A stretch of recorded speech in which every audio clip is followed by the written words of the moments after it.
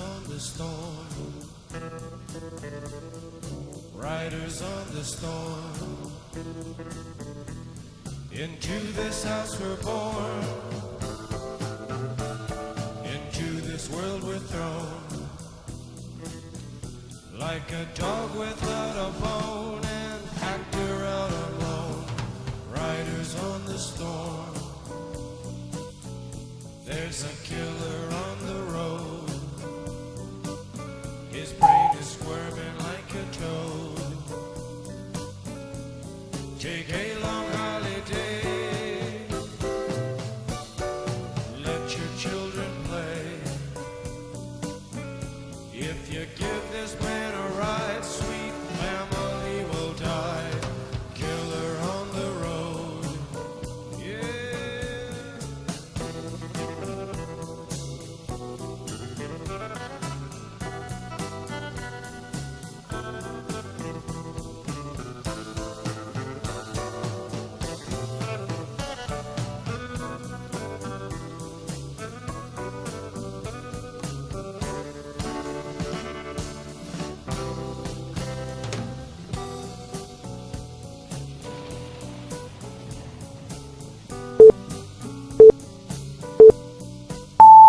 Girl, you gotta Hello, everybody. Hello. Let's just turn that down a little bit.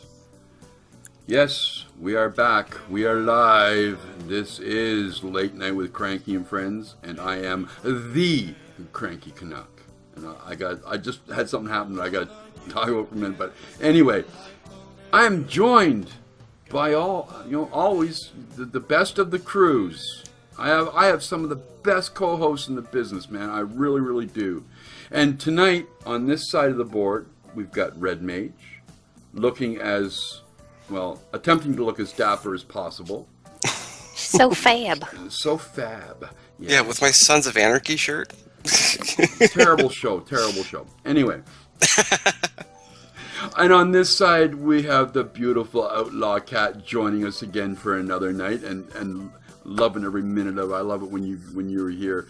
I just want to let you guys know something. When you tweet to me, it is the CrankyCanuck. Not CrankyCanuck, but the CrankyCanuck. Because I just got a tweet from the CrankyCanuck saying that he's getting all the messages that are tagging me. So somebody isn't tagging their tweets the proper way. It's the CrankyCanuck. So keep that in mind, folks, because I don't want to piss off a fellow Canuckian just because he's not good enough to be the CrankyCanuck. Anyway, today's been rather an interesting day. For those of you that were wondering what happened to the morning coffee with Cranky this morning, I got up pretty well at my regular time, and I go and get the coffee started and get things going, and then I come to my computer and it's turned off. Now I never turn my computer off; it's always on. But it was off, and I'm going, oh shit, what happened? So I turn it back on. Everything starts coming up.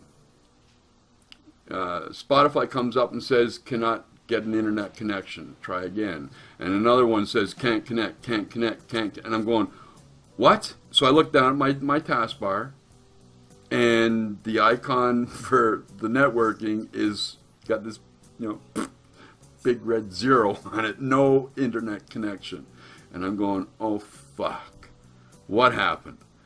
So I then proceed to spend the next, about 2.5 hours, 3 hours, no, a bit longer than that anyway, trying to figure out what the problem is.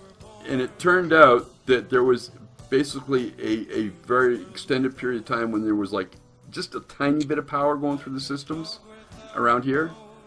And it, somehow, it nuked my network adapter. Oh no. So I had to make a rush phone call to a friend of mine that owns a computer shop, and he hooked me up with something temporary until he can order in some PCIX cards. So yeah, that was my morning. You know, it was just. But I have to say that during that, I got one of the nicest Twitch messages I've gotten in a long time. So, and if you are here, you know who you are. Thank you very much, good sir. It was greatly appreciated. It helped me get through a really pissy ass morning. Oh man. Anyway, you two, how was your morning, guys? You want to go first, Red? Yeah, it was kind of a late start for me, but supposed to be working, but the weather says fuck you. Yeah, you're not working this week. So actually, my father came by and we ran down to a kind of the place that sells like work equipment, especially for like construction type stuff, and picked up a new pair of boots because the place I work for is going to comp us $100 on them for new boots for the year. So like, all right, we can just take care of that, and played a bit of World of Warcraft with my father for a couple hours, and then just chilled out for a while. And actually joined in with Fioli's late night show for a little bit this evening. Yeah. How about you, Kat? I was having a good day until I started streaming early. Because I missed a couple days. Fucking immature little brats, man. Yeah. Everybody got the ban hammer today. You must be visited by 4chan. I know it's 4chan because they only have certain stuff that they say, and I'm like, wow, it's you guys. Guess who gets bans? You get a ban, and you get a ban, and you get a ban. That's exactly what my tweet said. Yeah. Thank you, Coprick, for the host. Oh, and thank you, Kat, for the host prior show. Okay. Big news today, though. The good news today was that Daredevil finally hit and went live on Netflix. How many episodes have you gotten into so far, Red? 0? What the fuck, dude? You know what? I'm going to dedicate some of my time tomorrow in my slightly drunken stupor to watch some of it. Oh, that's not being fair, dude. That's being unfair to a show. Now, come on now. At least be a little. No, because I probably won't be able to, because I'm going to be sampling at least 22 beers tomorrow. So where the fuck are you going that you're sampling 22 beers? It's the class of 2015 showcase at Niagara College. So there's 22 students, and they all have their brews ready for tasting. I only have one thing to say to you. Just I know what it is. Like, seriously, dude. That's not fair. That's not fair at all. But it's also where I'm going to be getting that cherry pilsner that I will be bringing up to you. So okay, all right. I guess I will make up for it eventually. All right. Are you even interested in seeing Daredevil at all, Outlaw? I don't have Netflix anymore. Oh, that kind of sucks. We'll talk. Oh, okay. Well, I did manage, because today ended up being a rather slow day for me, in amongst doing some work for, the... What the fuck are you doing, camera? Did you see that? It did it earlier, a little, like... Take it off of autofocus! It's not on autofocus! I don't know what the hell it's doing. Anyway, I managed to get, I think, 5 episodes in, and dude, they did it. They did it, and they did it right. It is pure, unadulterated Daredevil origin story. Well, not origin, but basically, yeah, origin story of Daredevil, and it is. They're doing an excellent job of it. I can only hope that it maintains through the full 13 episodes, because I love it. I'm seriously hooked on it already. I really am. Like, I know after we're finished tonight, there's at least 2 more episodes going down the tubes, because I don't have any alarms going off in the morning, so I can actually, intentionally sleep in. But yeah, I think that's my first order of business when we're done is watch the first episode because I got to be up then earlier than today. don't. I'm serious. Don't watch the first episode if you've got to be up early because you won't watch just one episode. Oh, I'll force myself. Don't worry about that. No. I said the same thing because I figured I'd watch an episode and get some work done, so on and so forth. Not a fucking chance. Not a chance. Well, this isn't like me watching like Sword Art Online or Soul Eater where I just sit, play a game, and watch at the same time. But that doesn't even work because I figured, like I said, okay, fine, I'll do some work and I'll watch. Didn't work. I ended up sitting there like this. It's like me every time I put Jurassic Park in my computer. I'm like, I've seen it a million times. I'm just gonna play a game. I'm like, no, I gotta watch. I know what happens, but come on. Yeah, and honestly, there's one movie series, the trilogy, the Ip Man, which is basically the life story of Bruce Lee's teacher. I shut the computer off and sat there in my comfy chair watching all three of those. Plus they're subtitled, so I can't do two things at once when that's going on. Well, this is, I don't know whether this belongs underneath the stupid column or what, but someone definitely is going to need, Matt Murdock to defend him. Apparently, a murder suspect was caught after logging into the victim's PlayStation account.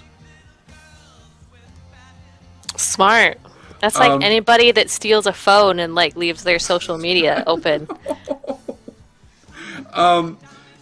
Trib Live reports that Hubert Wingate.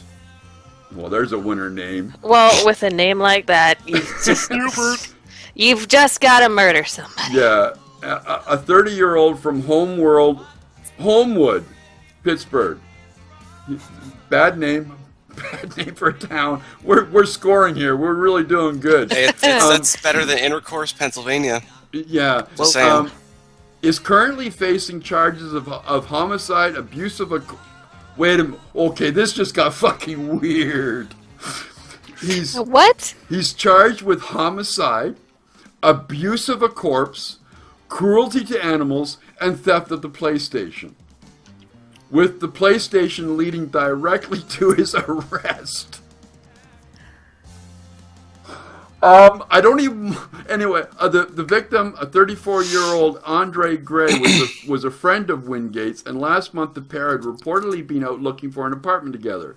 Gray went missing, however, and would later emerge that he'd been murdered along with his dog. Okay, you killed his dog, dude? Where's John Wick? Let's go Wick on him. Anyway, you guys missed that, didn't you? You missed that reference. I got it, but I didn't watch it. Good movie. Yeah. Wingate was arrested when it was detected that Gary's PlayStation Network account had been accessed on the day he went missing.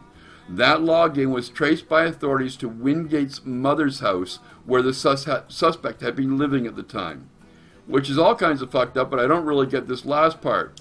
Detectives found witnesses who told police Wingate had admitted killing someone and that they helped him dispose of the body by dumping it into the Allegheny River in the Arnold area. One witness admitted stabbing Gray's dog at Wingate's request. The witness said they mixed the dog's blood with Gray's in an attempt to keep police from finding DA evidence in the apartment. They'll never know. And just to kind of add the quip in, and this article's last line is said exactly what I'm thinking. What is wrong with these people, and why are they just witnesses? I know. No, but you see, what's even more disturbing was the second charge. Abuse of a corpse. Abuse of a corpse. And with that guy's name and that charge, all I can think of is ding ding ding ding ding ding ding. Well, I linked that link in chat right there. That explains what abuse of a corpse it is actually classified. Okay. In legal terms. Give us the short form.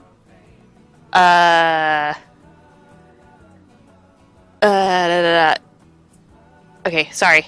A person is guilty of abuse of a corpse when exempt as authorized by law. He intentionally treats a corpse in a way that would outrage ordinary family sensibilities.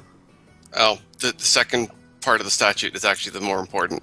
Abuse of a Yeah, corpse about the is a sex of a Class corpse? A misdemeanor unless the act attempted or committed involves sexual intercourse or deviant sexual intercourse with the corpse, or the deliberate failure to prepare, bury, or cremate a corpse after the acceptance of remuneration in accordance with any contract negotiated, in which case is a Class D felony.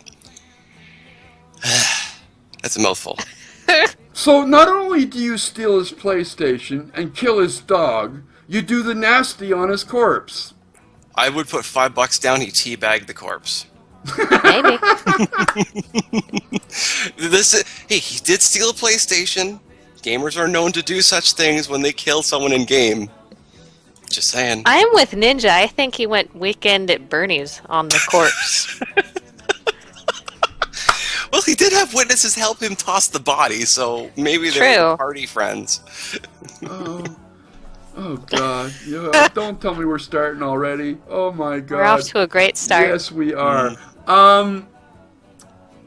World of Warships. Have you seen this being played at all, either of you? Not I've yet. seen a little bit of it through Yamadi's computer. Yeah, I've seen. Who was it? Was Eat My Diction was playing it? That is one. Sorry. Are you all right? The name caught me off guard. You've never heard of Eat My Diction? He is a funny fellow. He's A an funny- awesome. He is an awesome streamer. He really is. He is a funny fellow. He's funny as shit. Anyway, he was streaming it, and dude, this game, it is beautiful looking, and it looks like it's a lot of fun to play.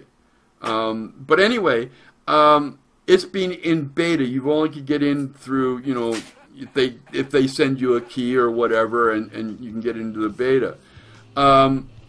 Apparently now, the World of Warship pre-order packages are now available. World of Warships is offering players a chance to upgrade their game experience with a selection of pre-order packages in the run-up to open beta.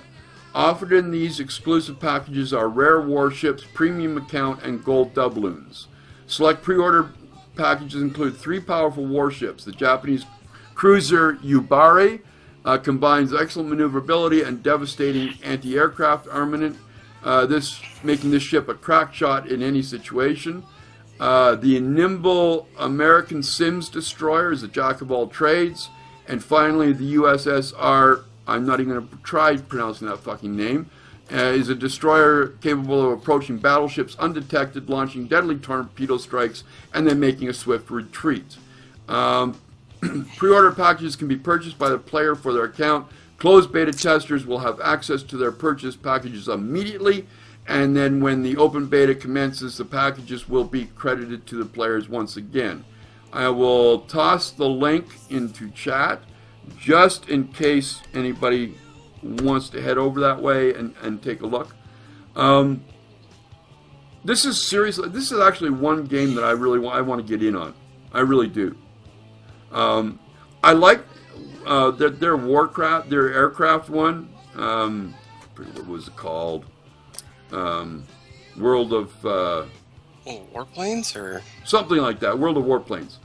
I liked it. The graphics were good. The play was good. But it's just too for me. I just can't do it, and I just sucked. But this looks like it'd be a little more along my line, so I'm going to give it a shot. What either of you interested in giving it a shot?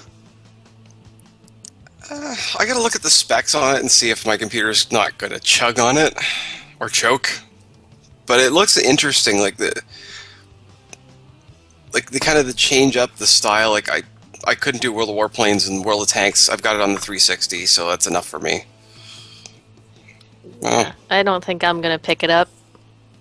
Well, I tried World of Tanks, and I didn't like it.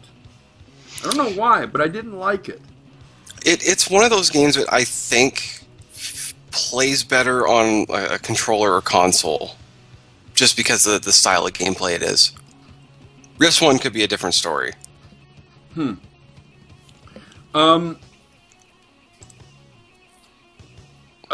we often hear of games companies having to go looking for publishers to help get their games off and into the marketplace. And often, it's games like, it's companies like Bethesda and EA. They're more publishers than they are developers. They publish other people's games. The other one that does that too is Microsoft. And apparently, I guess, what was it? Game studio Darkside Games was in talks, secret talks, with Microsoft for Microsoft to publish the game. Now, publishing, basically what that means is the publisher forks over a large sum of money to enable development, and then reaps the rewards when it's actually up for sale. In this case, I guess Microsoft was really, really interested in the game, but they set a budget. And the people from Darkside said that we can't do it for this budget and do a good game. We just can't. Can we not negotiate here a little bit? And apparently, Microsoft said that was it. They were not going to budge. Now, from what I understand, the game that was in development was actually a really cool game. It was they've been working. What it was a Xbox One reboot of the cult classic Phantom Dust, and they were along a certain period of their development. Microsoft, they've had these meetings, but they said no. So basically, we've got a game that is not going to get made unless they can find another publisher. But what do you think of companies that just, if you've got what could potentially be a good winner, is there really no room for negotiation, or do you have to be hard-headed and keep that budget where it's at?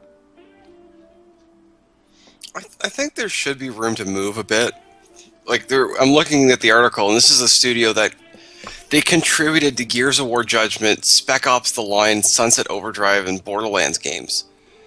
So they've got the pedigree. Yeah, they've got the pedigree, and especially with the games that they've contributed on. So if you've got this kind of track record, and they say, hey, we could use a little money, we just want to get this made, what's the big deal? A little bit more money investment can get you a bigger return later.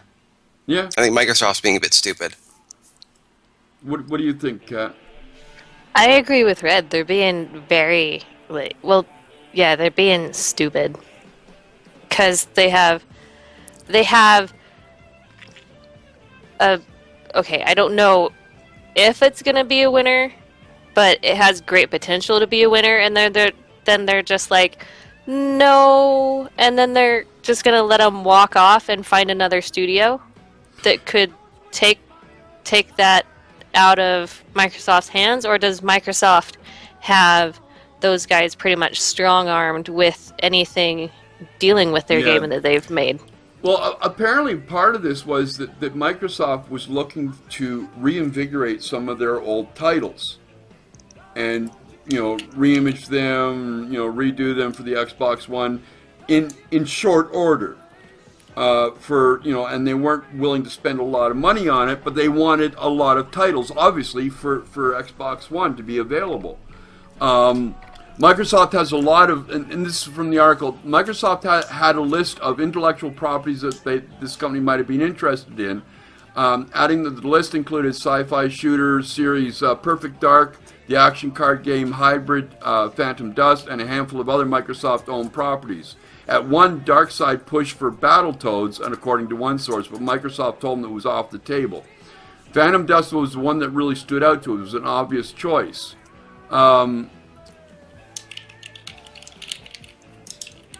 Darkside employees said they were excited at the prospect, and Microsoft really wanted to make it happen. But after some heavy-duty conversations in the spring of 2014, the two companies walked away with a deal. Darkside would get a $5 million budget to build a multiplayer-only reboot of Phantom Dust complete with spectator mode, tournaments, and a complicated replay system allowing players to share files according to one person familiar with the original pitch. The initial plan was to make it a competitive online sport along the lines of Hearthstone and the League of Legends. Here we go. Esports, man. It's where everybody wants to head. They gave it the code name Babel. Though some dark side staff say they were very hesitant about this decision to rebrand Phantom Dust as an esport, given how much the fans loved the original game's single-player mode, the developers were high on the project. They were very passionate about it. But when they started realizing that they couldn't do the project for the $5 million budget, they tried to, say, look, Microsoft, we got to, up this a little bit. This is what you want. You got to, raise the cash a little bit, and they wouldn't. And I think that was, I don't want to say it was short-sighted on Microsoft's part, but I can understand why they did it, because they probably had a set budget for the reinvigoration project to bring old titles back and redo them, and they had a lot of the money, and they couldn't raise one without affecting another. And so I kind of understand that, but I still think that if they were that close to being a finished product, they were it would have gotten the foot in the door in esports beyond Halo and the like. They should have given said, okay, fine, yeah. we'll give you another couple million, but that's it. Yeah, and to be honest with you, like if they have a $5 million budget, they're asking for $7 to $8 million total budget. Like honestly, you've already dumped $2 million into this. You're already at a loss. Yeah. Yep. You know what? The worst case scenario is they put this game out and it makes your money back, and at least there's a product out for the money you've spent. Like if I was in their shoes, I'd want to see it through. But then again, I'm an honest businessman. Well, maybe. Anyway, yeah, no, I agree. Like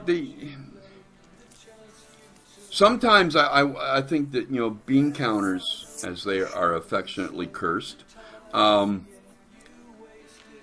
they have too much say in the way things are done. And I understand from a business point of view, you have to set limits. But those limits, I think, especially when it comes to games, because even worse than movies that go over budget, they do. Very rarely does a movie get made on budget.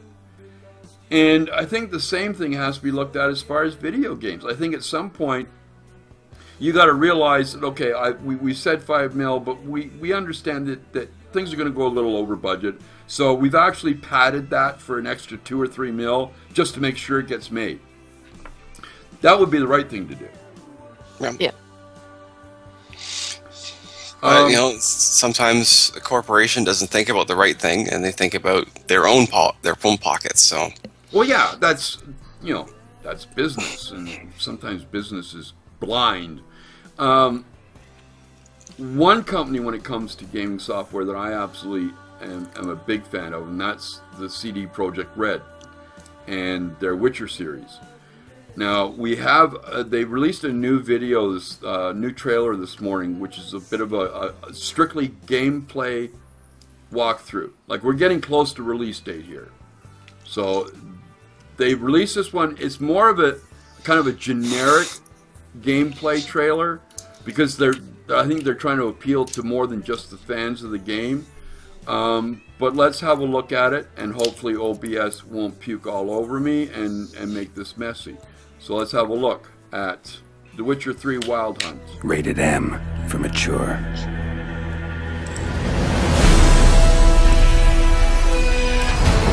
God, this game is fucking fun. At CD Projekt Red, it has always been our goal to take you on adventures both legendary and grounded in reality. To tell you stories where breathtaking magic, fantastic creatures, and age-old prophecies are interwoven with religious fanaticism, war crimes, even racism. Yes, because making love on a unicorn is grounded in reality. It's this very vision that we've realized in our most ambitious project to date. The open world of the Witcher Wild Hunt. Welcome, traveler. Drink with me, you cocksucker. The northern realms span a vast continent, filled with remote outposts, quaint villages, and bustling cities of astonishing wealth. Varied landscapes will see you riding into mountain valleys, sailing the open seas, and exploring forgotten temples. Shit, this makes Skyrim look small. However, this land is brimming with conflict. Racial hatred often erupts into violence, and war between the mighty has driven people from their homes. But one plague runs rampant. Monsters. They haunt the countryside, breed in city sewers, and rule the wilderness, feasting on merchant caravans. That's where you come in. Ah, the Witcher. Should have expected as much. You'll play as a Witcher, a monster slayer for hire, mutated to have superhuman abilities. People might think you're a freak, but everyone can use the help of a professional. Blood are glowing. Vampire. Is it 1358 yet? No. Then fuck off. We put a lot of effort into seamlessly blending gameplay with the I imagine surrounding that's environment. how a vampire would act, waking from Monster torpor. behavior and tactics change depending on the time of day or terrain. It's these shifting circumstances that will often determine if you are hunter or prey. Clear an area of monsters, and you'll witness people settling in, transforming dangerous areas into sprawling hubs where you can buy and sell gear. Hundreds of armor and weapon upgrades await you, but it's the way you fight that makes all the difference. Invest in sword skills to develop special moves. Level up your alchemy skills and gather rare herbs to create potions and bombs. Or master the arcana of magic signs and annihilate your foes with a twist of your fingers.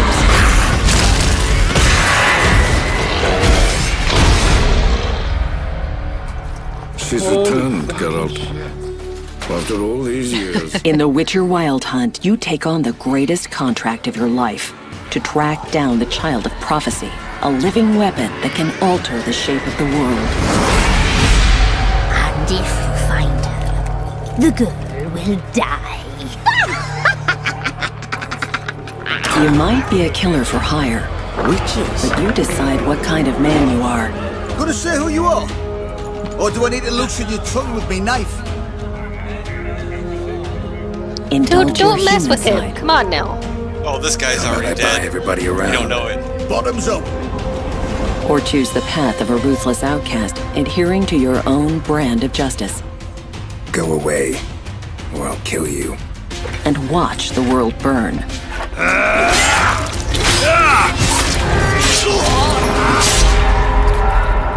Whoever you are, in the Northern Realms you'll find what you're looking for. Whether it's horse racing, getting drunk, following your heart, or just satisfying your passion. Playing cards, brawling, discovering places of power, hunting treasure, or joining in ancient rituals.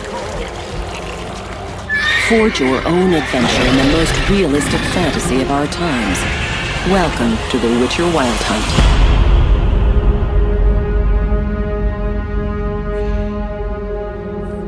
May 9th.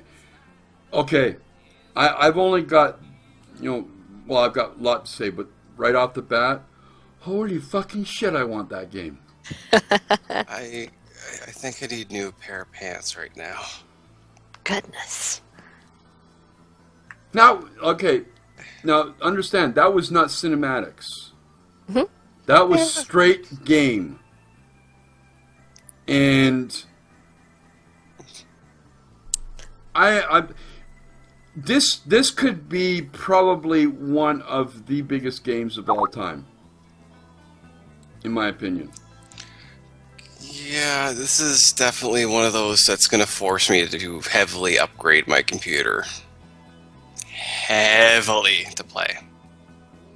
Like, of everything we've seen so far, what do you guys think of Witcher 3? Like, What's your thoughts on it? I like the universe and I like the environment. It's an awesome and pretty looking game. I haven't played any of the games. I need to play the games, but I've looking played good. Witcher 2, and Witcher 2 was a great game, awesome game. I loved it, but it was more top down, with it was kind of you could move it was really kind of a strange kind of camera operation, but it was an awesome game. I love that game too. But with Witcher 3, they have just blown the doors open as far as I'm concerned. Just blown them open. Not only that, they've already come out and they've said that the main storyline is 100 hours. If you count in the side stories, it's 200 hours of gameplay. Nice. And that's just one playthrough. Yeah, now flip this the other side. One of the devs did a speed run through it, and they have clocked the shortest playtime for The Witcher 3 Wild Hunt at 25 hours. This assumes you do not listen to any dialogue and skip every story element, as well as finding as short a route as possible to the end. But even at 25, Jesus. That's still as good as a lot of the AAA games that are out there right now. If not better. Like, I can't really say that it's an equivalency, but games like Battlefield and the Call of Duty, their campaigns are like not even half of that length. You're maybe going to get 6 to 8 hours at most if you're lucky. So 25 on a speed run as the most efficient and quick run possible is still worth the barrier of entry. Well, the price. It's like Icky said in chat. It's a hell of a gauntlet thrown down to other RPG developers. Like they've set the bar. Yeah, and like I said in the video, that the way that the world looks, it makes Skyrim look small. Yeah. And dated. Very heavily dated. Icky says Order 1886 only lasted 8 hours. Some people were playing in 5. Yeah. I heard. And come on. This is supposed to be a AAA title, and you give me 8 hours of story? The thing that got me, Kat, about this, and kind of feedback on it, is that it might be an RPG, but it's almost like a single-player MMO. Yeah. You can do whatever you want with your character. You can go down any path you want. And, that adds a depth to a game, a single-player game, that I haven't seen in a long, long time. How about you? What do you think? What's... Sorry, why are you sending me these things, honey? Sorry, I just got gifted The Witcher and The Witcher 2. Sorry. Oh, right on. So I like it. I like it. I don't know. That's just kind of my universe, though. I mean, if I could step through a portal and live in a world where all those creatures resided, and I could be something, that people hired to take care of the wilds, I totally would. Now, it's got another interesting mechanic in the game, and this came out rather early in the push to leading up in the publicity and everything. You know how in most games like this, you have to go through that tutorial feel of learning how to use your weapons and so on and so forth. And it's boring as shit. There's nothing. It's like it's a separate part of. It's like something they tacked on and try and include in the story, but it never works. Apparently, with Witcher 3, Geralt, who is the main protagonist, has sort of semi-retired to this enclave where Witchers go when they retire. And part of his duties is training up-and-coming Witchers. And he is the one that he is supposed to train is a young girl. And you go through him training her. So that's how you learn all the different moves, all the different combats, and everything to do with that, because you're training her how to do it. The other interesting point is that young girl grows up through the game and is playable later on in the game.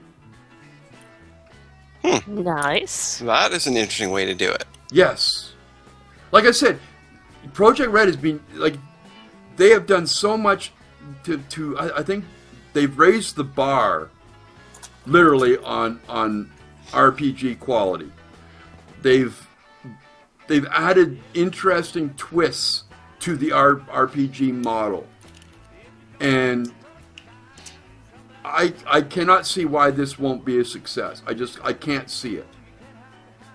The question is how much of a success is going to be. What do you guys like? What do you guys like? How much of a success is this game going to be? I'm hoping a huge success. Just with how everything looks, the worlds, the fact that you're going to get the best bang for your buck in terms of content for the price. Like this is a no-brainer purchase for RPG lovers. Oh yeah. Oh yeah. Like you would be stupid as a gamer who loves RPGs to not pick this up. I think if you even slightly like Skyrim, this is the game that you want to be playing. Now, what I have not heard yet is what the modability of Witcher 3 is going to be like. But really, given the breadth of the game and everything they're including in it, I'm not sure if if there would be room for mods in the beginning. I think you just wouldn't need them. Now, no. Later on down the road, when you've played it and you've basically spent the last 3 months in hibernation playing this thing, because it's just that's how much it is. I think at that point, yeah, modding would be interesting, but I have not heard anything about modding within the game. Well, I bet you it might actually happen, considering Witcher 2 has a mod community. Like, I do enjoy, in general, these types of games. Like, I even went and bought Two Worlds, the original one, when it came out. And while not an amazing game, it was still fun. It was that open world experience, and I don't know. Some people don't like it, but it's worth checking out if it's your kind of thing, your thing. Yeah. But I know I'm definitely going to be trying to scrape together the pennies to get this when it comes out. I'd love to get it on pre-order, especially if it has any goodies to go with it. But yeah, that's definitely top of my list. Unfortunately, No Man's. Okay, here's the thing that'll piss me off. No Man's Sky. You know how much I wanted that one, right? Oh yeah. PS4 exclusive, a timed exclusive, but no word of if there will be a PC port for it. They'd be stupid not to. I'm just saying. Not happy about that one.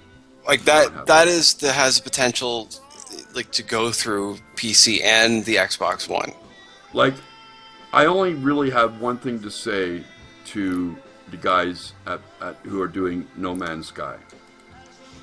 And that is pretty much, as soon as OBS decides to behave, there we go. What the fuck, dudes? Come on. Don't do this to me. I want No Man's Sky. God damn. Anyway,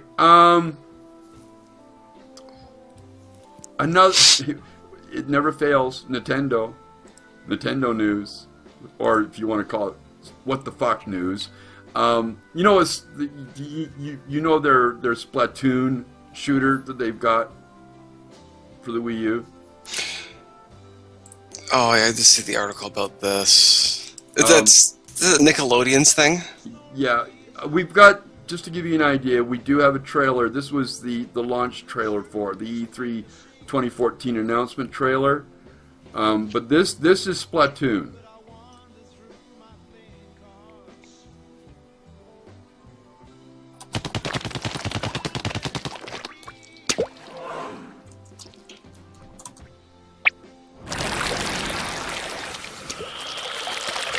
Kill it with fire!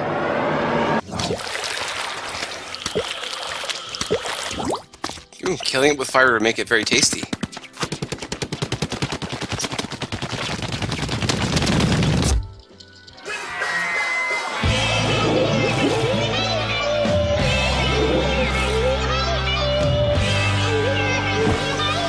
So they're squid children? I'm not sure what they are. But it's like Counter-Strike Go, but with paintball or paint gun. It looks like what I've been playing on Mindflex, the Super Paintball.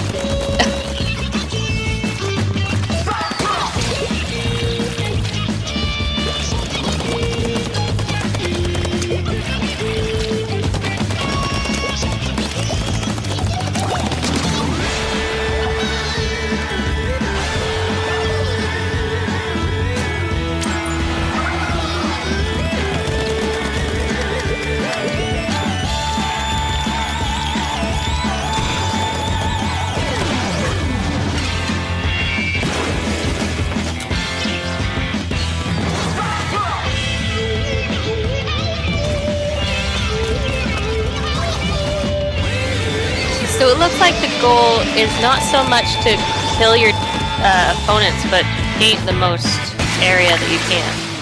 I guess. Yeah, because it looks like having the paint, your color paint, gives you a lot of extra mechanics to work with. It's an interesting idea because when I first looked at like the screenshots of this, I'm like, this is like a kiddie version of paintball. What the fuck is this shit? Like, well, what the news concerning this little tidbit is that it will not. Nintendo's shooter Splatoon won't have voice chat due to online negativity, creator says. Well, duh. Really? Of course there's negativity. So that's the only reason. Tech-wise, they can do it. Software-wise, they can do it. Game-wise, they can do it. But we're not going to do it because we don't like it because you're piss ants. Like, really? You know what I would... He said something about my dead mother. You know what I would find as a better reason to remove voice chat for online play? Is we cannot guarantee that there will not be 5-year-olds playing this game and assaulting your ears. Yeah. This is basically all that's going to happen is going to turn into Plants vs. Zombies Garden Warfare, which is exactly what happened when I played that damn game. It's kids in your fucking ears. It's worse than Halo. Mm-hmm. And I didn't even know that was possible. No. And So I wonder why- if I want to have kids. Like, why did they even want to include voice chat? Well, because it's team-based. Oh, okay. All right, like I said at the beginning, it's almost like a CS:GO with spray paint.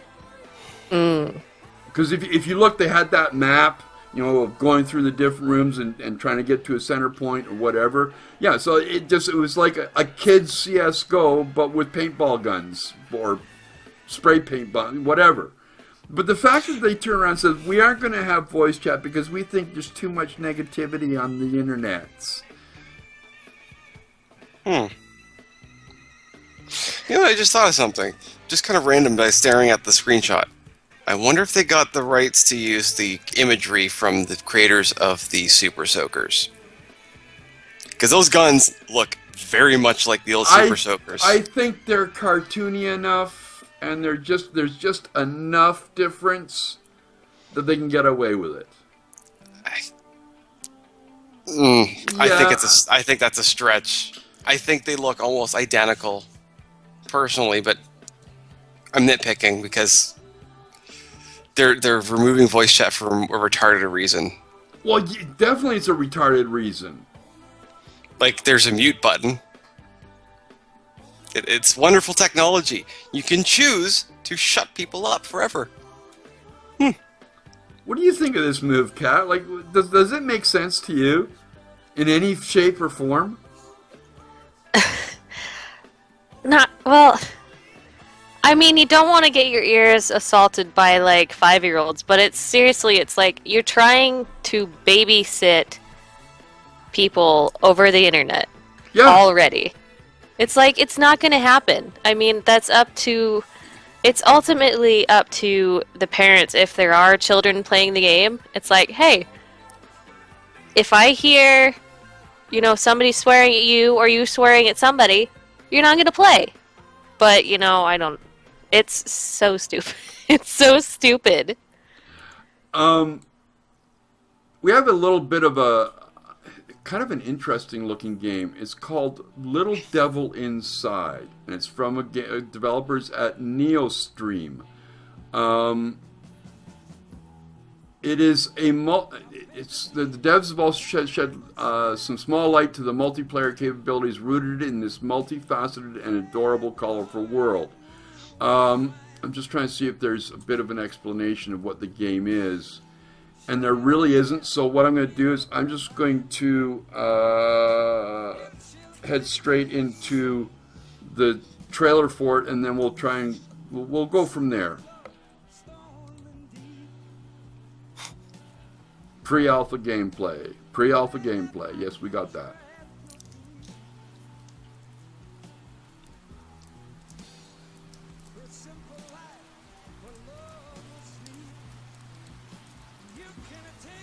I don't know why I struck my wife, but I did.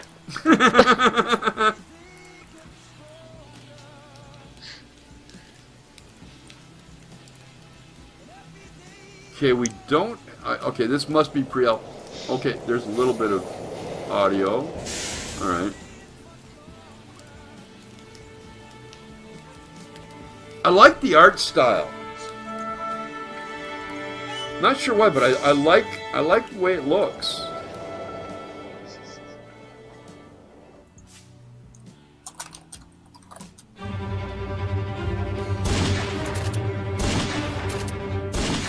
Mad Max? Star Wars? What's that desert planet? Tatooine or Tatooine, yeah. Are they riding? Oh, I thought they were riding goats. Looks like dogs. Really fucked up looking dogs. Really cartoony looking dogs. I know it's cartoony, but it's kind of cartoony. I like the look of it. I don't know why. Yeah. I don't know why, but it brings forth like Little Big Planet to my mind for some reason. Oh look, they're in Canada. Land of eternal snow.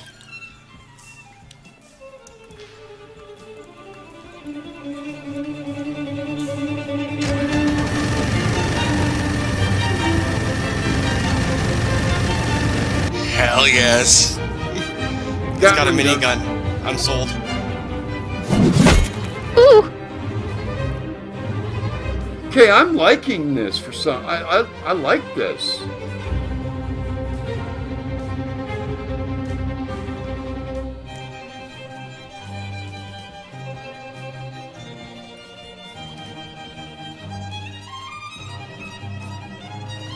What do you think, chat?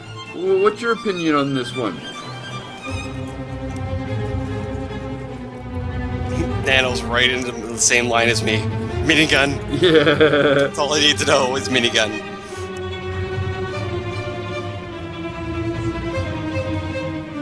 Vivaldi, yeah.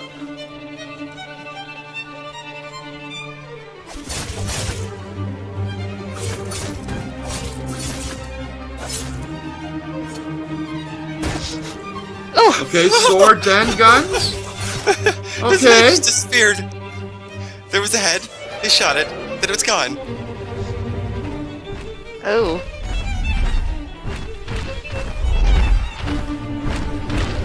It's like I got a shovel. Oh, I thought he had a shovel. He had a rifle.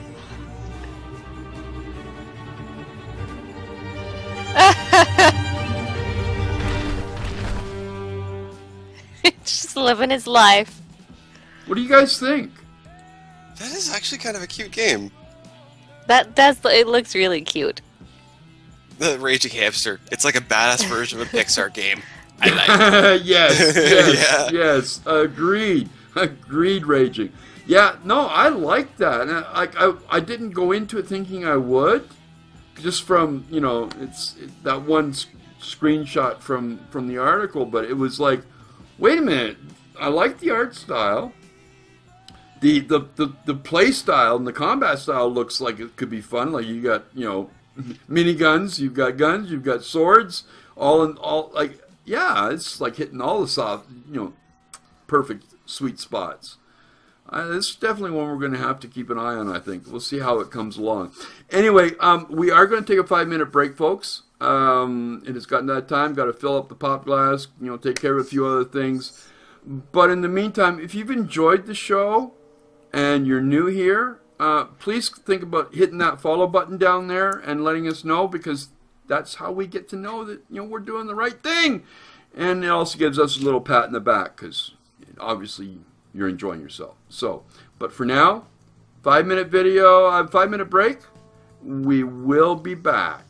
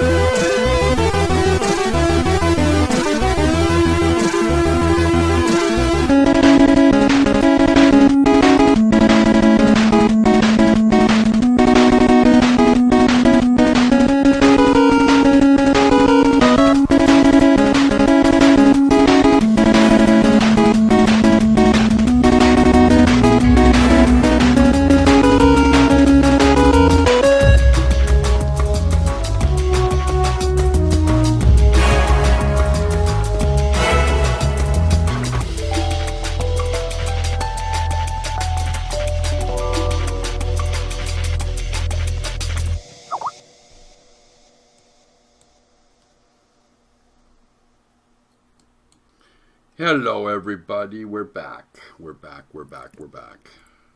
See, we didn't take too long there. Yeah, that video for the intermission was it's a 5-minute mashup of video game music with the video. Obviously, the video games were part of that music, all mashed together. So, I thought it was kind of fun when I try really hard to find like cool stuff to put for that 5 minutes, just so you guys don't get bored staring at a blank screen. So yeah, it's a little bonus content for you from me, the CrankyCanuck. Remember, the CrankyCanuck, not CrankyCanuck, the CrankyCanuck, because we got one very pissed off CrankyCanuck because he's getting a whole shitload of tweets that were meant for me. Because some people cannot follow directions. I know, it's the CrankyCanuck. Anyway, back to our stories. Another game that is looking rather interesting, and I know the previous ones of the series, a lot of people liked, and that's the Trine series. Now, I honestly had never heard of it before, basically doing this show, because I see a whole bunch of games now, but Trine 3 is a co-op puzzle platformer, and we have a bit of a video. It's a little long, so I may just end up skipping through it. It's not that long, but it's a little long, of the gameplay for Trine 3. So let's have a look and see what they're trying to sell us here. At that time, Pontius, a stout-hearted knight and protector of the common folk, was busy at work. He was tracking thieves who had abducted a sheep from a poor peasant family. The no-good bandit is hiding somewhere in these ravines. I'll catch him and save that sheep. For my name isn't Pontius the Brave. Pontius the Brave. He's gonna save that sheep and take it for himself. Yes. Oh, biggest.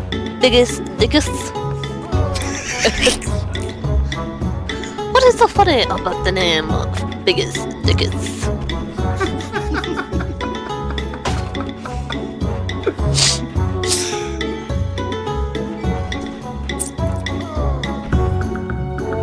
That's a big fucking pumpkin. Or was that a watermelon? I don't know. It's like, okay, I'm still trying. Okay, I guess we're getting to the puzzle part here, right? Or is everything? I'm not.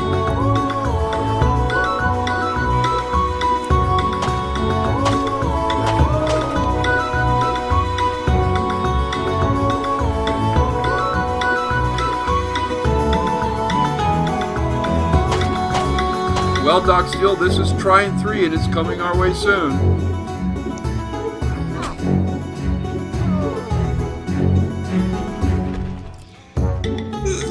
Just tosses those big watermelons around like they're nothing. They're hollow inside, like the Willy Wonka watermelons in the candy room.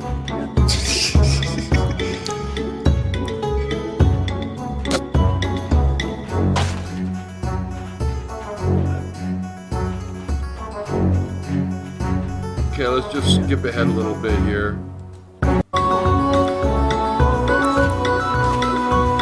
Oh, he found the sheep.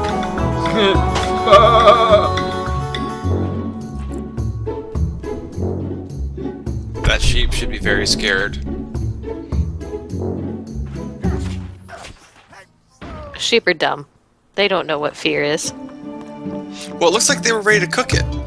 Now, the knight, I think his intentions aren't very pure. Is any knights? This is very true. They're usually the biggest dicks around. Yeah. And I don't mean in the pocket.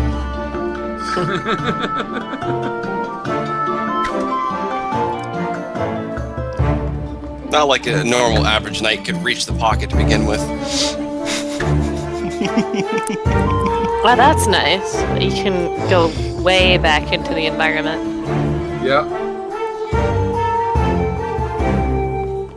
This is a really good way of making. I think it's what they call platform. 2.5D, isn't it? Yes. Yeah. That'd be correct. I was always wondering what they meant by that classification.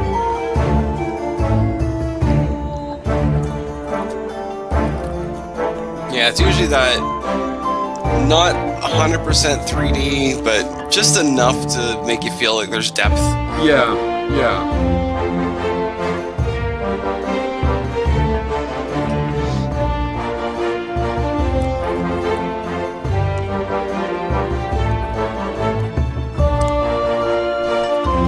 Okay, let's skip ahead a little bit.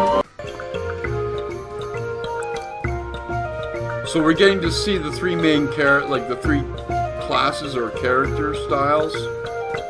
Yeah. There's the knight, the rogue, and the wizard. Yeah. The Holy Trinity. Wait, we're missing one. We need a healer. It's not a trinity then. Yeah, I know. Trinity is 3, you dick. Yeah, because I'm thinking tank, melee, tank, DPS, and heal.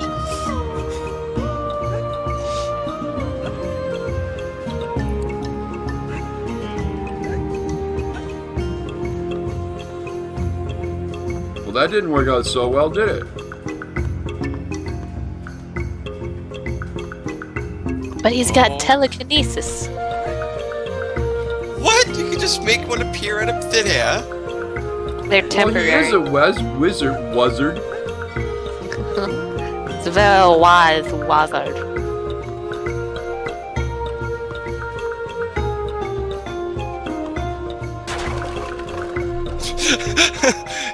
If at first you don't succeed, Smash break it.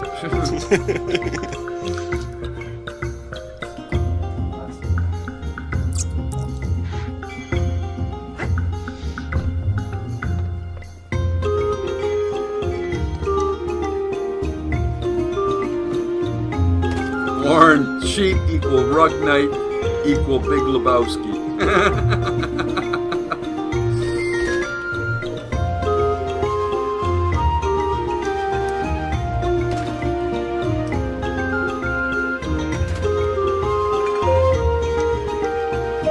Okay, so we get the idea. We get the idea of what it's doing. What do you... I gotta say right off the bat, graphically, art-wise, it's beautiful.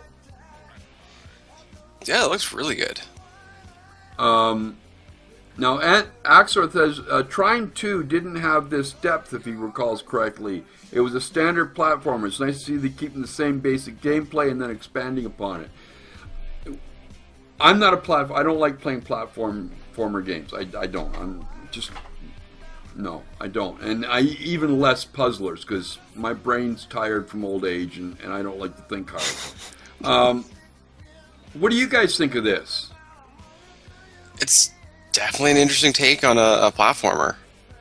Like, I think even Raging Hamster mentioned that Trine 2 was 2.5D, but this is advertised as 3D gameplay. You can tell it's a little more in depth, and a little more freedom of movement. So looks interesting.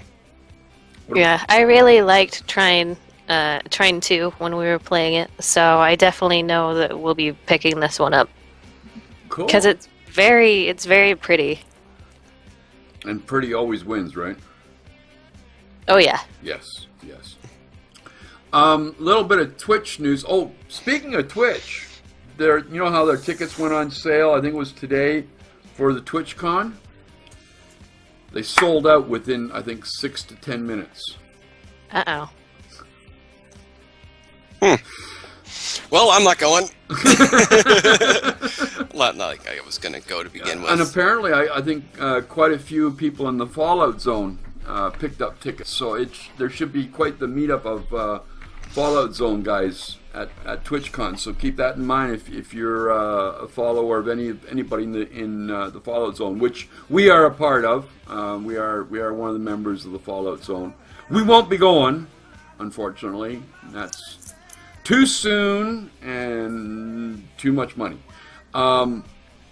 But in other news, I guess apparently ESL is negotiating a deal with Twitch, Vulcan, and top Counter-Strike Global Offensive teams to establish a new CS:GO league independent of Valve.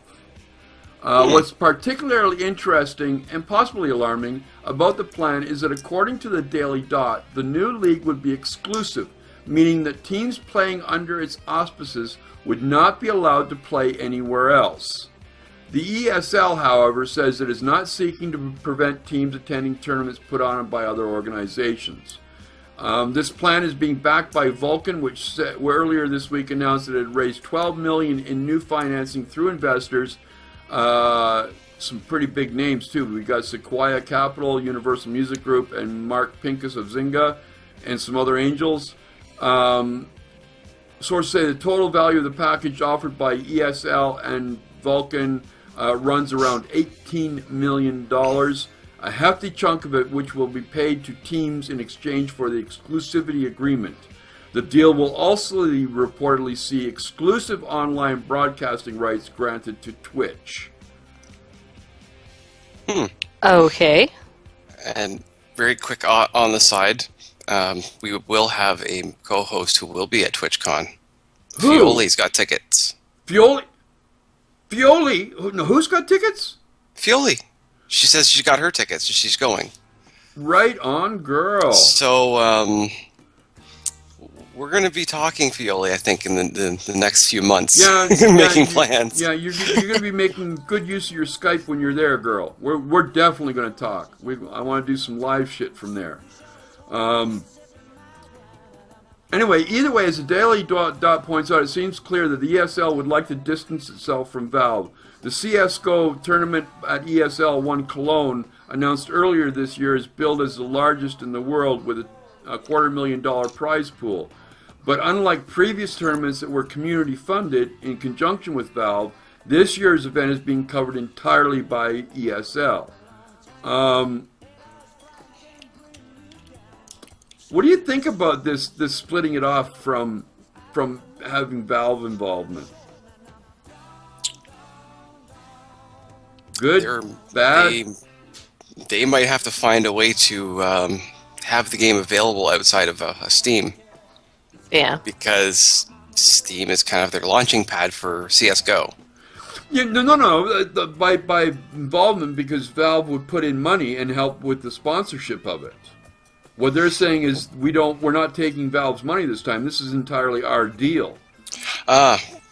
Okay, that might be different. Yeah. I thought they were doing this and potentially have a no. Put themselves in a position to piss off someone at Valve. So. No. They just want to try to wear their big boy pants. Exactly. Do it on their own. Well, good on them. If they can make it work, then why the hell not? And Vulcan is kind of an interesting way to go about it because it's one of those online gambling things. You can get in free and you can do your own free little pick your team fantasy sports style and then see if you win money. I think I've won 17 cents so far. You're the big boy. I'm not a huge gambler, so I will not put any of my own money into this. What do you think of this move, Kat? They clearly want to just try it and see if they can do it. Like, more power to them, but I hope they don't fall flat on their face. Well, especially, sorry, go ahead. So who in Valve pissed off these guys, or were they just want to do it?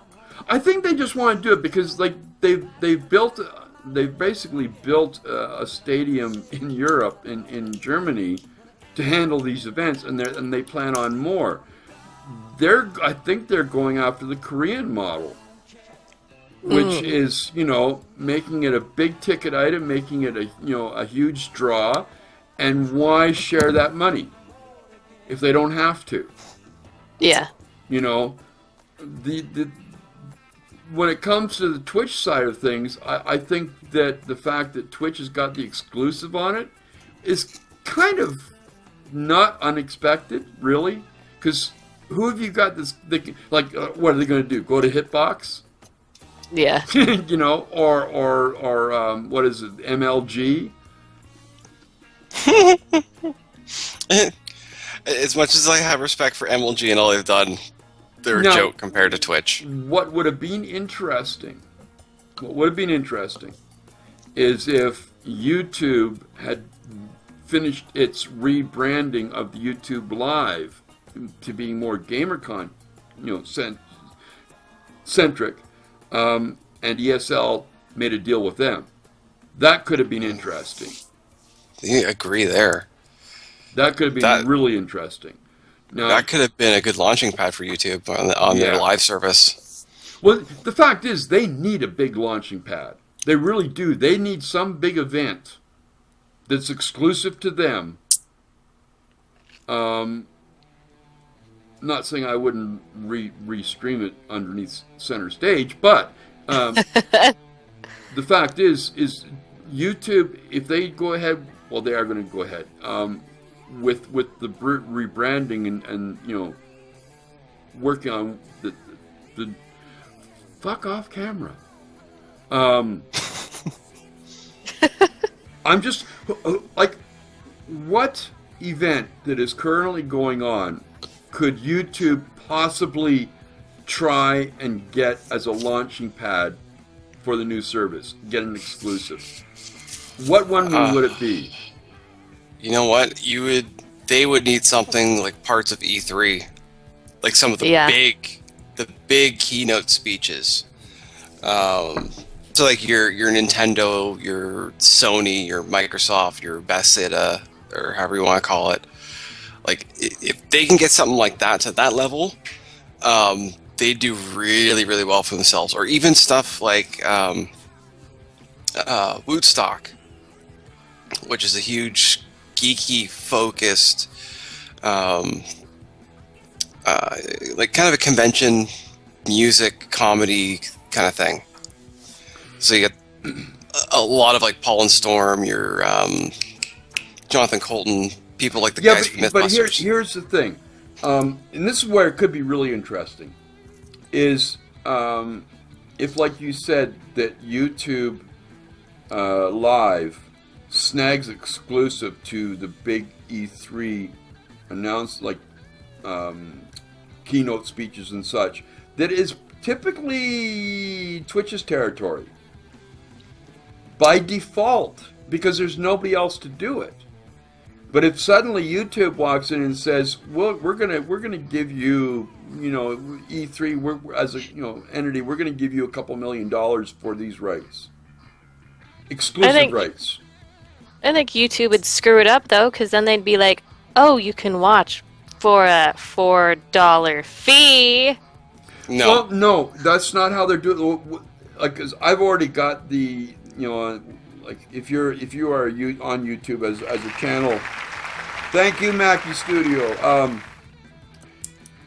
I've already gotten the notification of the changes in the terms of service and the beginnings of the new subscriber option that's coming, which will be an integral part of YouTube Live. They have to have it, and what that does is that's basically just getting rid of the ads.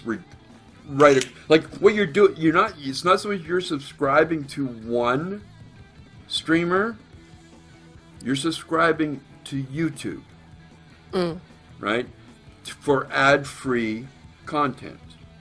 So was it Twitch Turbo, or whatever you want to call it? Yes.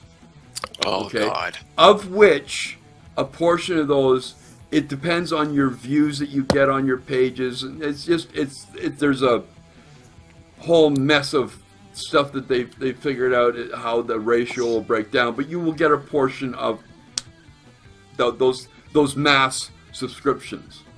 And that sounds like a clusterfuck. Yeah. Now that's how I understood what I read. Okay. Now I could be a little off on that. Actually, let me take a quick look, because I still might be on my YouTube Creators Corner, Creator Studio. Okay, yeah. YouTube's monetization terms have changed to allow you to share in new revenue opportunities. These changes start going into effect June 15th. Now, if you hit the review terms, all right, now, subscription revenues. This is the subscription part. YouTube will pay the content creators that are, monetizing their content, will pay you 55% of the total net revenues recognized by YouTube from subscription fees that are attributable to the monthly views or watch time of your content as a percentage of the monthly views or watch time of all or a subset of participating content in the relevant subscription offering. Red's just like, it's too much. It's too much. Oh. Yeah, you know what? I like Twitch for their simple, straightforward approach. You would like to support someone, you hit the subscribe button, you give them $5 of your hard-earned money a month. But that's straight out of the YouTube Partner Program terms. If your content is included in and viewed by a user in multiple subscription offerings, YouTube will pay you based on the subscription offering with the highest amount of net revenues recognized by YouTube as calculated by YouTube. But that's where we're going with the subscriptions, and that's what's going to be an integral part of the YouTube Live. It's just like listening to all that is like, to me, is like, okay, so you have to grab the blood of a virgin on the 5th day of the 4th month on the full moon, but it has to be a waxing moon, not a waning moon, and you have to have 5 virgin men and 5 non-virgin men. Like, it's your mother has to moon the train. and there must be a black and white cat in the presence of the ritual. No, give me the kiss method works. Keep it simple, stupid. Like, $5 goes to the person I want to support, and it goes to them. Yeah, but see, here's I don't want it to go to YouTube. I want it to go to the people I want to support. Well, okay. Now, to be fair, the split, although you don't really talk about it, the split for subscriptions on Twitch is 50-50, depending on your level. Okay, but it's 50-50. Here, YouTube is saying we'll do 55%. So they're trying to get people over there. Yeah, but here's the thing: they aren't subscribing. From everything I've read and everything I've seen, they're not subscribing to you as the content producer. They're subscribing to YouTube for ad-free content. So what they're doing is rolling in Twitch Turbo and this Twitch subscription model for content providers into one fee. Yeah. And then taking that one fee and balling it up and saying, okay, well, now you got a lot of views on over this month, so you get this percentage of the pie. It's fucking retardedly inane. Here's the question: how much do you think they're going to charge for this monthly subscription, given that basis? Minimum $10 a month. Minimum. Outlaw? For what? Sorry, I was reading chat. What do you think the subscription rate at YouTube will be, given what we know so far? Well, you know how much Google loves to screw people. I'm gonna go with Red's estimate. I think you're low. Oh, that's why I said minimum. $10 is the lowest they go on it. It's $8 for Twitch Turbo. It's another $5 for a sub. Total that out, and you've got $13 to $14. So, given the breadth of YouTube, I would suggest they're going to probably be looking at about $15 a month. Yeah. And to be quite honest, I only spend $5 a month on Twitch right now. And that's going to dizzy. And you know what? As much as I like the subscribe now, the model, argument on YouTube's side, all right, for what they want to do. Now, if you subscribe to multiple people on Twitch, that adds up quick. You subscribe to 4 people or 5 people, there's $25 gone a month. Right. So what YouTube is saying, we will give you all our streamers or all our content with no ads for $15 a month. Now, understand, folks, in chat, I'm just saying $15 is my estimation of what they will charge. Right. But here's my problem with it. If let's say it's $15 for argument's sake, you put $15 into YouTube's subscribe model, whatever it's called. That money doesn't go just to the people that you want to support. And this is where I have the problem, is because it's going to everybody who gets ad share revenue or revenue off of this service. Whereas Twitch, you can selectively choose who you want to support, who you want to donate to, and that's what I prefer. Yeah, I prefer that model as well. I'm just stating the argument on YouTube's behalf of why their model would be better for the consumer. Yeah, I personally don't think it's better for a consumer. It's just me, because I'd rather put money. I'd rather vote with my wallet. What do you think, Kat, of that kind of pricing? I'll just watch the ads. As long as it's not like fucking 3-minute worth of ads. Oh, and you know they're going to crank the ads up like once they do this. Then they already are.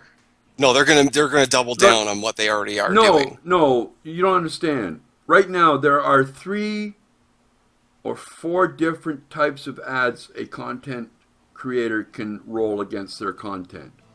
You've got pre-roll, post-roll, and the usual first you can place where you want the ad to go, and there's another one too. I think it's an overlay ad. They have 4 different types that they can use. Like I said, they're going to double down on what they've already got. Like Oren is saying he gets tampon ads in YouTube. I've got for a week straight. And Cranky, you might have seen these because you're in Ontario as well. The Health Ontario one, where it's a stupid song, and the first part of the song is this woman turning around. It's a fucking ugly ass pink eye shit, and I'm like, oh, and you have to sit through half of it before you can skip it, and it's terrible. It's every time it's a fucking ugly ass, like warded up pink eye. I'm like, just no. Anyway, either of you, I imagine you are Ghost in the Shell, right? You know, that famous anime movie, right? Yes. Apparently, Ghost in the Shell Online is spreading its wings to new regions later this year. Ghost in the Shell Online First Connection is an upcoming massively multiplayer online first-person shooter. First Connection has up until now only been graced with a release date in South Korea and Japan. It would appear that the title will also be making its way to the United States, Europe, Latin America, and Australia before 2015 ends. Now, I didn't even know this was coming this way. This was the first I heard of this. But we do have a trailer, I guess, of what this game is. What's the matter, Red? It's done by Nexon. I'm already hesitant. Why? They don't put out the best games out there, in my opinion. All right, well, let's have a look at the trailer. Yeah, let's have a look at the trailer and see what we've got here.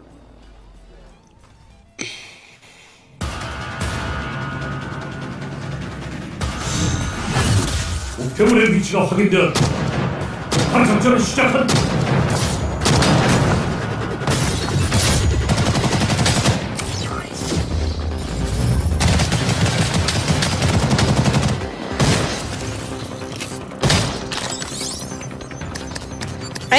What? Did I just see something, or was somebody just like floating in the air as they were moving around?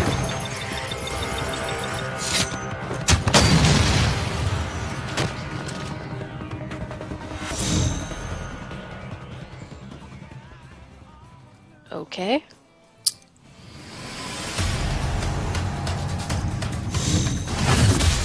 그들의 공격이 예상된다.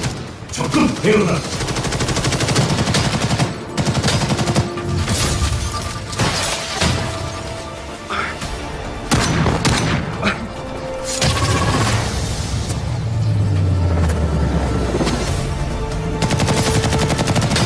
How is this Ghost in the Shell?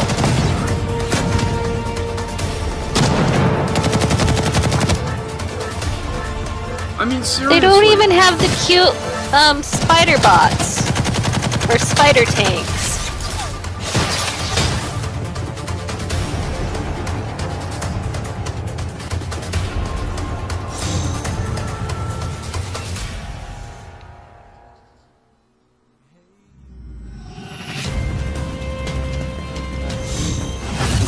우리의 목표는 단말기를 획득하는 것이다.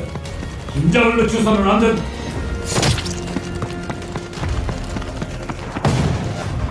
I don't remember nearly this amount of shooting in Ghost in the Shell. No! This has got...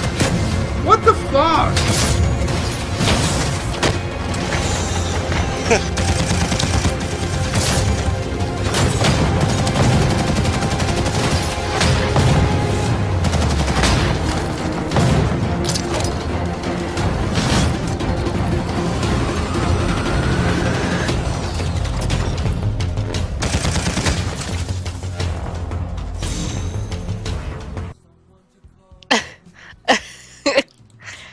What? Help. What the fuck did we just watch? That was not Ghost in the Shell. That was just a fancier CSGO. No, what we just watched is Blacklight Retribution with a Ghost in the Shell skin. That is exactly what that game looks like. It's a frigging rip-off of Blacklight Retribution. Yeah. You know what? Hi, Nexon. This is your shtick, is taking something else that's already existing, doing your own thing, and just carbon copying it all. Just, no. Anybody that has watched Ghost in the Shell will understand our total and utter what the fuck. There's a link that just says it all for you there. I don't even want to click on it. You don't need to. Like here's a good idea. If anyone who does not know Nexon and what kind of stuff they put out there, this is the same group that does. Let's see. Oh, EA Sports FIFA Online 3. Apparently, have the hand in Dota 2. Counter-Strike 2 Online. Counter-Strike 2 Online, really? Maple Story 2. Combat Arms. Okay, apparently they have Counter-Strike Online and Counter-Strike Online 2. Which makes absolutely no fucking sense because it's not a Nexon property. What do you like, Kat? I know you are a big anime fan, just as Redmage is. What do you? It's not Ghost in the Shell. No, it's not. I've never seen that much shooting in Ghost in the Shell. I'm like, why would they be doing that, man? Ghost in the Shell was almost like a detective story. It was a cyberpunk detective story. Yeah. What the fuck is this shit? Yeah, I was expecting like an MMO style game, and when I saw the article and I see this, I'm like, it's another shooter. Yeah, and not even a very good one. Blacklight. It's a ripoff of about half a dozen other online shooting games. You know, CS:GO, Battlefield. You know, you name it. Like it's just how you can even put a different name on it. People will buy it. And you know what killed it for me? What sold it for me as being a Blacklight clone is the moment I saw that they had this little overlay that you could see where everyone else is on the other team, which is the what they call the HRV in Blacklight. Done. Like, it's a carbon copy. The only There. difference is they don't have hard suits. They have those little spider tank things. That gift sums up what that company has basically just done. Yeah, exactly. Exactly. Like...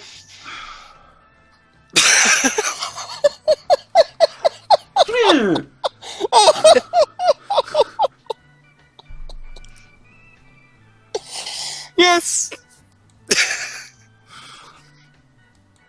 I'm sorry, that gift just killed me. I can't. I hope this thing fucking tanks. I hope it goes so far down the fucking hole it never sees light of day again. They just ruined. Like, people are going to go into that thinking it's a game based on a classic. Yeah, It's not. This is a game based on a classic con piece of pile of. Oh, no, you're right. It is a game based on a classic, brought to you by the company that rips off other games.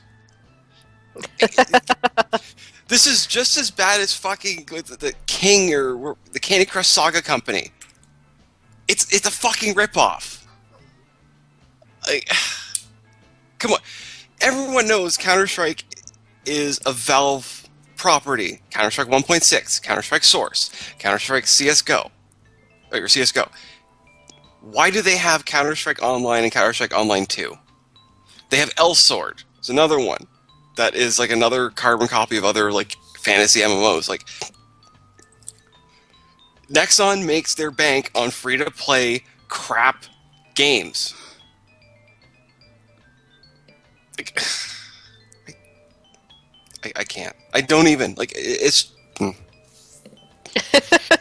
this is the road that Nintendo's going with their partnership with DNA.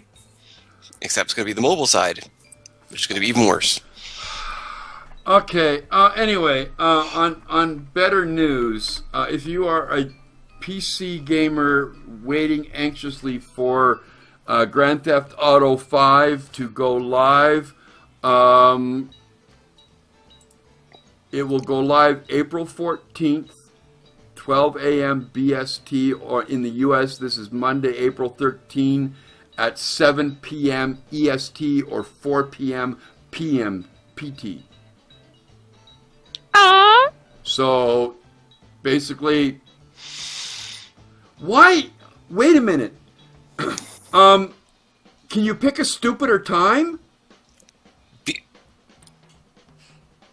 Like, really? You're talking, because traditionally, and Red will be able to back me up this because you work because you get to know when the busy sessions hit, the internet, and that is anywhere between 4 to 8 o'clock is the busiest time with people trying to access the web. Right, and what the fuck is BST anyways? Like, that's Europe, I believe. So British summertime. That's what they're working. You know what? Bullshit time. When are people going to understand in this world that Eastern Standard Time is the only time zone that matters? Okay, like I'm sick and fucking tired of a game company saying, "Oh, we've got maintenance until 11 o'clock PST," because I don't always look at the PST. I'm like, okay, well, World of Warcraft's going to be back up before 11 o'clock. No, it's going to be back up at 2. If I'm lucky. Then I get this shit. BST, you know what? It's fine. 4 o'clock Pacific, 7 p.m. Eastern. That's fucking prime time. Are you nuts? I know. That's what I don't understand about this. They are launching the most anticipated PC game of the year. And everybody and their fucking brother is going to be either downloading it, installing it, and playing it at that time. You better hope you've got some fucking great servers up and running, Rockstar.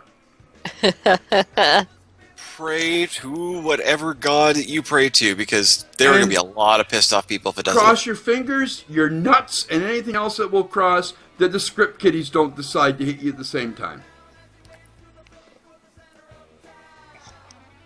Meow. what? You know what? This has got Lizard Squad all over it. I can already see it. And you know what? I'm sorry to you they're GTA setting 5 themselves players. up for this, Cat? Oh, totally. Do you think this? Oh yeah. Like, why would they do that though? Like, it's like painting a fucking bullseye on your head. Not to mention your ass. Because people already paid for the game. They don't care if they can play it or not. They've already got those people's money. So you launch the game at prime time. That has got to be the dumbest, fucking, stupidest thing you could possibly do. Oh, but it's not prime time where we're launching it from. Fuck you. You know what? Let Rockstar Toronto handle this launch, okay? Fucking Brits, let's go. EST, we know how to do shit right. Yeah, but the EST is that prime time. Yeah, but if we're running on EST, that would be midnight our time, which would mean 9 o'clock on the West Coast in the evening, which is the kind of the tail end of prime time. And then it'll be 1 o'clock and 1:30 in the Atlantic side of the countries. I understand that the UK is kind of that central point in the world time zones, but get fucking real. Just do a synchronized launch for each country at midnight. Like, just go hit midnight, and it unlocks. Yeah. Because then you have a staged launch where nothing is going to get fucked up because everyone's trying to do it all at once. Bad marketing, bad planning, bad logistics. This is not going to end pretty. They didn't have a black and white cat in the room at the time of the outbreak. Shit. And you know what? Come the 13th, Monday night, I'm going to have my popcorn ready. Yeah, because this is not a game I'm going to spend money on. This is going to be a shit show. I just got this feeling. I am waiting. Bated breath. I'm probably going to have a couple beers with me and just wait for the shit to roll in and watch and laugh. Yeah. Speaking of shit, talent trees are they're like, your tech trees, your talent trees, you figure out your paths are pretty well an integral part of a lot of games, a lot of RPG, a lot of hack and slash. But one of the most fucked up ones I have ever seen has to be for Path of Exile. That monstrosity that they call a skill tree is, I think, to me, the most, I don't know, just mind-bendingly stupid part of the game. Now, I like Path of Exile. I've got my problems with it. A lot of people do. It's a good game. It's a free game. You can have a lot of fun with it. But it does have its problems, one of which is the skill tree. Now, apparently, I guess that with Path of Exile, The Awakening, which is, I guess, their next DLC or the next version, they are going to be making some significant addition to the base game's core systems and story. But along with that, they are taking a look at their skill tree and revamping it, possibly skinning it, slimming it down a little bit. Oh, don't, please, no. What? As much as people would hate it as it is now, it's genius. And wait, that's got to be the stupidest skill tree. Do you want to? I challenge with Final Fantasy X's Sphere Grid. I was. You just posted it too. I was just gonna say, because their talent system is directly inspired by Final Fantasy X's Sphere Grid system, which basically, if you play the game long enough, you could have a character that has the entire thing mapped out and have everyone's skills. if you had the time and patience to Yeah, do if you had that. the time and patience. Fuck that shit. I don't, but it was... Because Final Fantasy, traditionally, you level up, they automatically get the upgrades. And this was a kind of an interesting way of kind of customizing the characters to your playstyle. I like this. This is starting to sound like World of Warcraft all over again when they had this great talent system, and it's going to get dumbed down to, at 15 levels, make one selection out of 3. Make another selection at 15 levels. Instead of what they had. Path of Exile, don't change it. Say it's not so.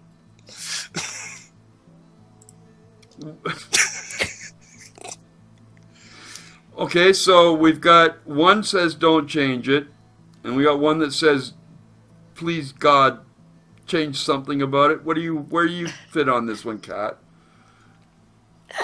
I don't like how it looks. I mean, I've never played the game, but I just don't like. I don't like how it looks. I just don't like it. It's the same. It makes the same kind of sense as a sphere grid, especially at an outside glance. But it's the same thing. You start at one point and work your way one way or the other. Yeah. And each character type will start off like, I think it was playing a hunter type character, like a rogue, and it starts off increase your agility, increase your damage. So it's kind of a no-brainer when you're going through it initially. Okay, we have another new indie game from Victorama Studios. They were successful with their Kickstarter, and they've got what they call a mature adventure game called Dark Synchronicity. Tomorrow Comes Today. The game's development has managed to snag a publisher, and has completed development in just 1 year. It is now on Steam and GOG, and we have a trailer for it, so let's have a look at what this one has to offer. Everything has changed so much out there. It was the Great Wave. The Life's Great so Wave hard. that changed and purified everything. The world you knew before is gone. Please, make it stop. What the devil could have happened out there? They mean to kill us all. He's really suffering. He's in excruciating pain. That's why they gave it that name. They literally dissolve. It's destroying us, don't you I can't see? help it. It's killing It's us. that demon. You know I can't help it. We're at a new beginning. This is the start of a new era, and you've woken up in it without any baggage. Enjoy it.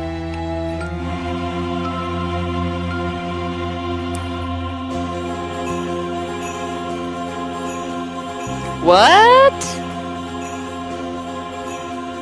The Great Wave took everything from us and left us with this epidemic. And in the end, the army seized control of the camp. This pestilent city is oozing blood from every pore. That horrible gas opened up in the sky. A man without a past is nothing more than a shadow. Our true nature is coming out in all its glory in this new world. And The dissolved started to show up. These people suffer and die in the most horrible way I've ever seen. Time is running out, and the end will be absolutely devastating.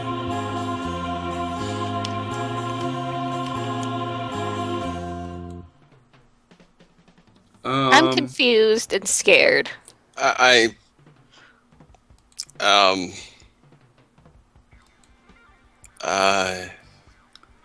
So about that soccer team. FIFA 15? Oh, God. I'm still trying to figure out what the fuck we just... What? Yeah, what the fuck did we just watch? Like, Well, it's definitely after a nuke has gone off. That's the Great Wave they're talking about. Thank you, Video, for the follow, dude. Thank you very So, much. then we're dealing with people that have nuclear sickness and they're melting, Dissolving? I guess. okay, and the weird thing is, looking at the little box cover they have left at the end of the video. Thank there's you very much, Sniper Boss. Thank you very much. either 3 awards or 3 nominations for awards on that box. I don't... What the fuck kind of awards are they getting for this shit? Like, don't get me wrong, I love the indie game scene, but sometimes we get some coming out that you just go, that's a little too indie. Just a little too indie. That's a little. Just no. No. I have no words. You can pick it up on Steam for like $18. They can pay me $20 to play it. Just saying. Yeah. I ain't wasting money on this. This is the trailer tells nothing. Okay. Yeah.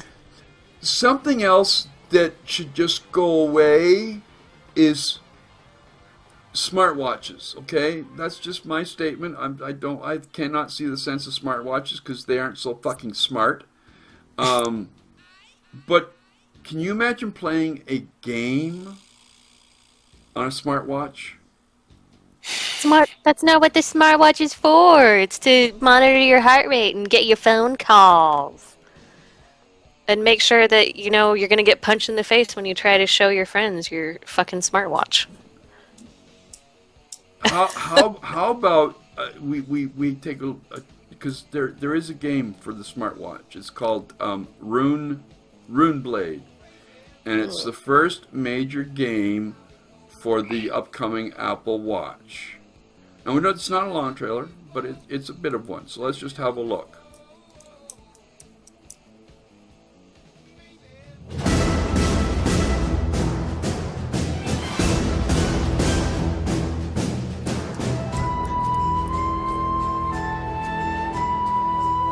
Now keep in mind, folks, this is supposed to be on a little fucking screen on your wrist.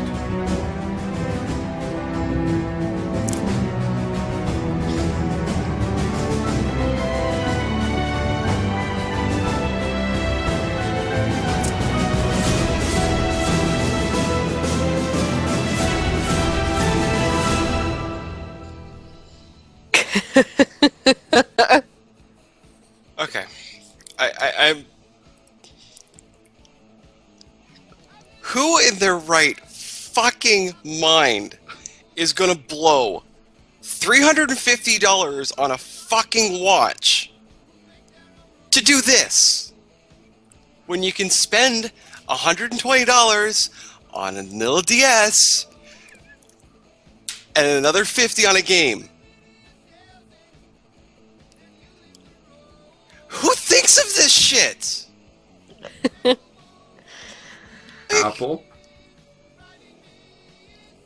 you can be guaranteed when that Apple Watch hits, it's going to sell like pancake. It's just going to sell like crazy. Okay, not like this matters anymore because it's already cracked to shit. Apple, that's why I think you're shit.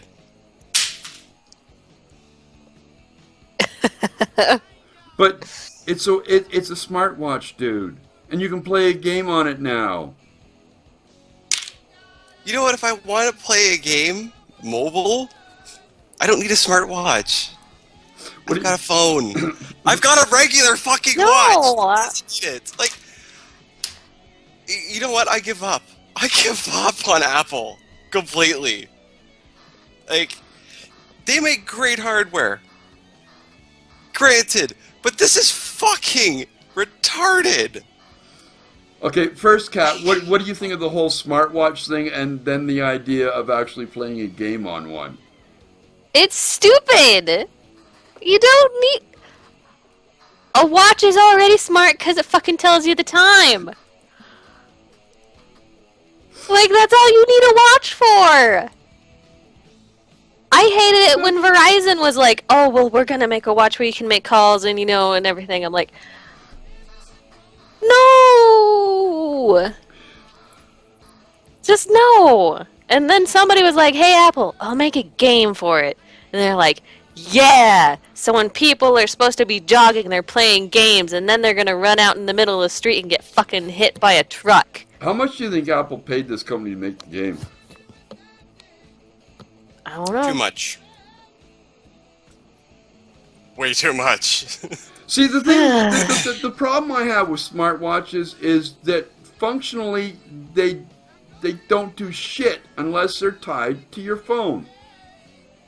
Because that's all they are. It's a wrist repeater station. Like, you're going to spend hundreds of dollars on this fucking shit? You need your head examined. Yeah, where you can spend a little bit extra money and get a pocket watch. Like, seriously, there are better timepieces out there that you can own. Like, even if you want to get a smartwatch, dude. Honestly, if you want to get a smartwatch, get a fucking Pebble. True enough. And not just a Pebble. If you want to go with the older ones, get the steel, or go with the new ones and get the steel version of that, because they have that nice metal band that looks professional, and you know what? You don't have to fucking charge it every day. Like, I'm sorry, I don't want to have a phone and a watch, and then whatever other fucking device that I have, that I gotta sit there and plug it in every goddamn night. Like, come on. How many more devices do we need to plug in to charge? Oh, we definitely don't have enough. Even your penis. Ooh.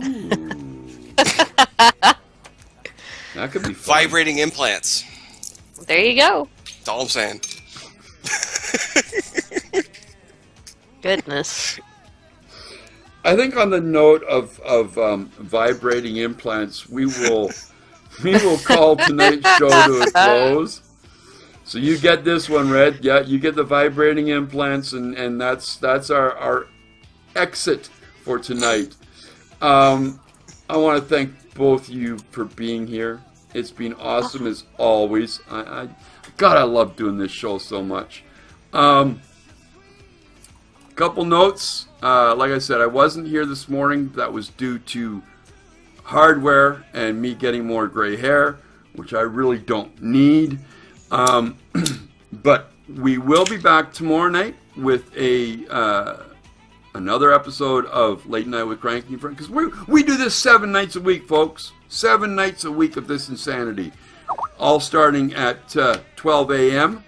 I will be back Monday morning with Morning Coffee with Cranky. I'm not saying what I got coming for Sunday. It should be a good time, but we do have the interviews at 2 p.m.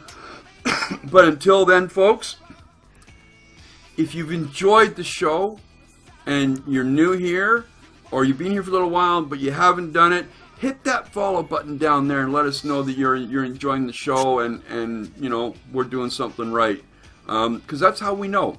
You know, and plus it gives us a little pat in the back. And if you want to help support us a little bit more than that, there's a donation button down there as well. That, you know, helps keep the wheels greased and us moving forward. But for now, thank you for being here. Hope you have a really good night. Catch up on your Daredevil, dudes, on Netflix. It's awesome. But until tomorrow night, everybody, remember the 2 most important words of all. Game on.